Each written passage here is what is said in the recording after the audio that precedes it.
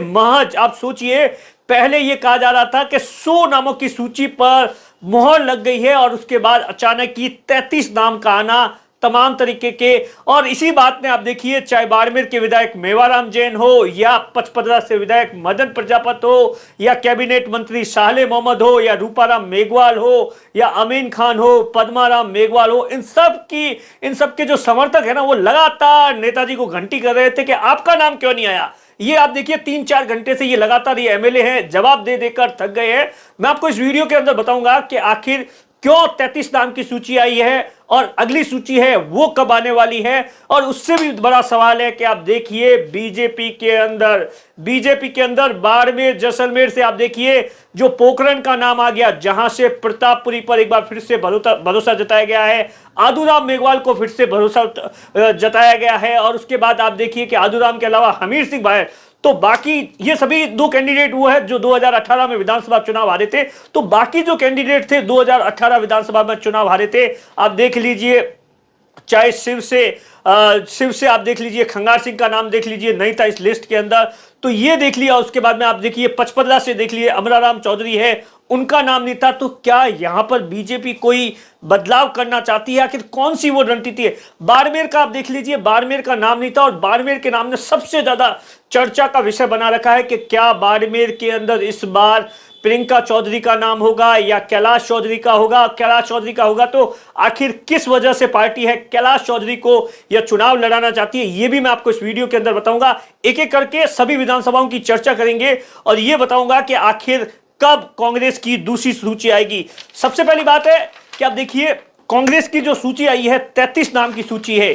इस 33 नाम की सूची को जारी करने के पीछे कांग्रेस की एक स्ट्रेटेजी है, जिसके अंदर यह बताया गया है कि इसके अंदर ज्यादातर जो चेहरे हैं, आप देखिए 80% वो चेहरे हैं 50 साल से जिनकी उम्र कम है। महज 2 चेहरे ऐसे हैं जिनकी उम्र 70+ है। उसमें राजस्थान के मुख्यमंत्री अशोक गहलोत है और विधानसभा के अध्यक्ष है सीपी जोशी है। और उसके बाद आप देखिए 9 महिलाओं को टिकट दिया गया है और जो 45 से कम उम्र है 16 ऐसे उम्मीदवार है। तो कुल मिलाकर एक संदेश देने की कोशिश की गई, क्योंकि आप देखिए कांग्रेस की जब वर्किंग कमेटी चुनाव कमेटी की बैठक चल रही थी तो गांधी परिवार ने इस बात को लेकर जबरदस्त तरीके से ऑब्जेक्शन जताया था कि क्या ये घिसे पिटे चेहरे फिर से लाए, क्यों नहीं युवाओं को मौका दिया जा रहा है, क्यों नहीं नए चेहरे उतारे जा रहे हैं, क्यों नहीं नए संगठन के लिए अगले 20-25 साल के लिए। तो उसके बाद कांग्रेस ने ऐसा बात माना जाता है कि रणनीति में थोड़ा सा बदलाव किया है। पहले इस तरीके की सूची दी जिसके अंदर यह बताया गया है, कल जब अखबार में छपेगा तो ये आएगा कि देखिए कांग्रेस ने 80% नए चेहरे उतारे, ये तमाम चीजें हैं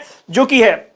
और दूसरा आप देखिए इस सूची के अंदर मुख्य जो नाम थे, बहुत सारे ऐसे केंद्रीय मंत्री, सिर्फ 5 मंत्रियों के नाम है और सीपी जोशी का नाम है और मुख्यमंत्री अशोक, बाकी सभी आप देखिए कैबिनेट मंत्री साले मोहम्मद, वहां पर कांग्रेस की कोई बड़ी दावेदारी नहीं थी। और इस तरीके से अब देखिए सीट टू सीट कैलकुलेशंस करते हैं। बाड़मेर से विधायक मेवाराम जैन आप देखिए 3 बार के विधायक है, लगातार 3 बार से चुनाव जीत रहे हैं।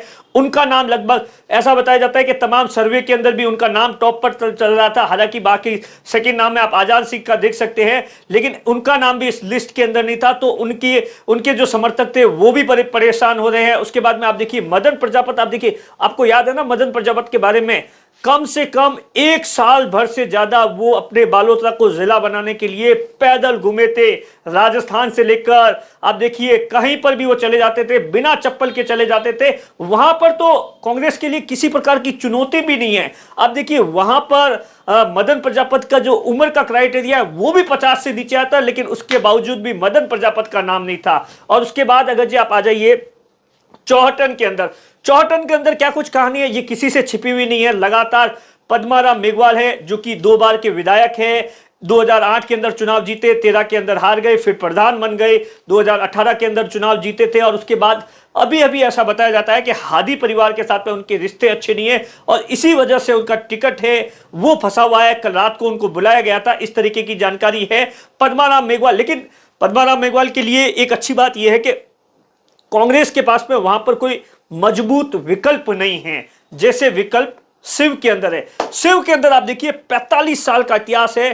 कांग्रेस ने वहां से लगातार अमीन खान पर भरोसा जमाया। 45 साल किसको बोलते हैं आप सोचिए, मेरी उम्र भी 38 साल है, उससे भी आप 7 साल, और 10वीं बार वो ट्राई कर रहे हैं। तो उनके लिए इस बार कांग्रेस है वो ऐसा कहा जा रहा है कि शिव के अंदर कोई बड़ा बदलाव करने वाली है 45 साल के बाद में।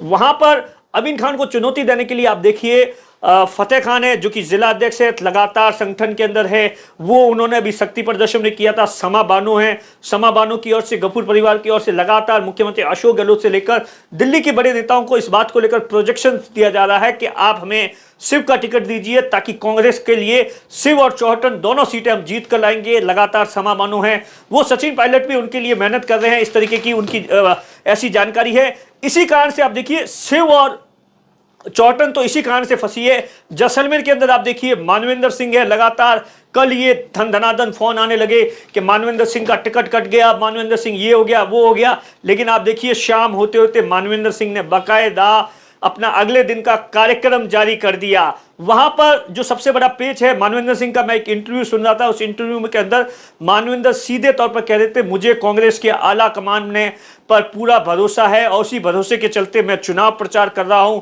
दूसरी तरफ आप देखिए मानवेंद्र सिंह ने कल बड़ा वसुंधरा राजे को लेकर भी एक बड़ा कटाक्ष भी कटा था कि जो हाल मेरे परिवार के साथ में किए थे आज ऐसा ही कुछ हाल है वो वसुंधरा राजे के साथ में हो रहा है। इस पर कभी वीडियो बनाएंगे।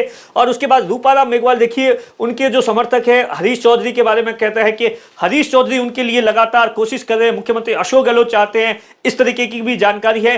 तो इस कारण से उस सीट पर पेच फंस गया। लेकिन जो आप देखिए शाहले मोहम्मद है, कैबिनेट मंत्री है, वो लगातार ये कोशिश कर रहे हैं कि जैसलमेर से मानवेंद्र सिंह को टिकट मिलना चाहिए। तो ये तमाम चीजें थी जिस कारण से आप देखिए ऐसा 2-3 सीटों के ऊपर आप देखिए जो कल भी जो लिस्ट आएगी उसमें बाड़मेर जैसलमेर से ऐसा नहीं है कि सारे के सारे कांग्रेस के प्रत्याशी है घोषित कर दे।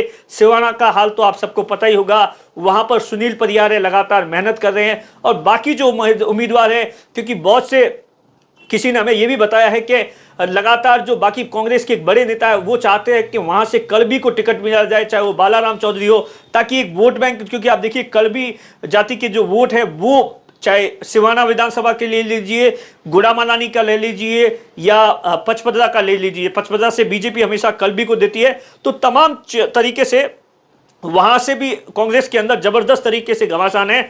तो ऐसे में यह तय माना जा रहा है कि सिवाना हो, चौहटन हो या शिव हो, इन तीनों विधानसभाओं के जो नाम हैं वो कांग्रेस की दूसरी सूची में नहीं होंगे। इस तरीके की जानकारी है वो निकल कर आ रही है। दूसरी सूची के बारे में यह कहा जा रहा है कि कल है एक और सूची आने वाली है कांग्रेस की जिसके अंदर 50-60 नाम है। हालांकि इस बात की अभी तक किसी ने कोई पुष्टि नहीं की है।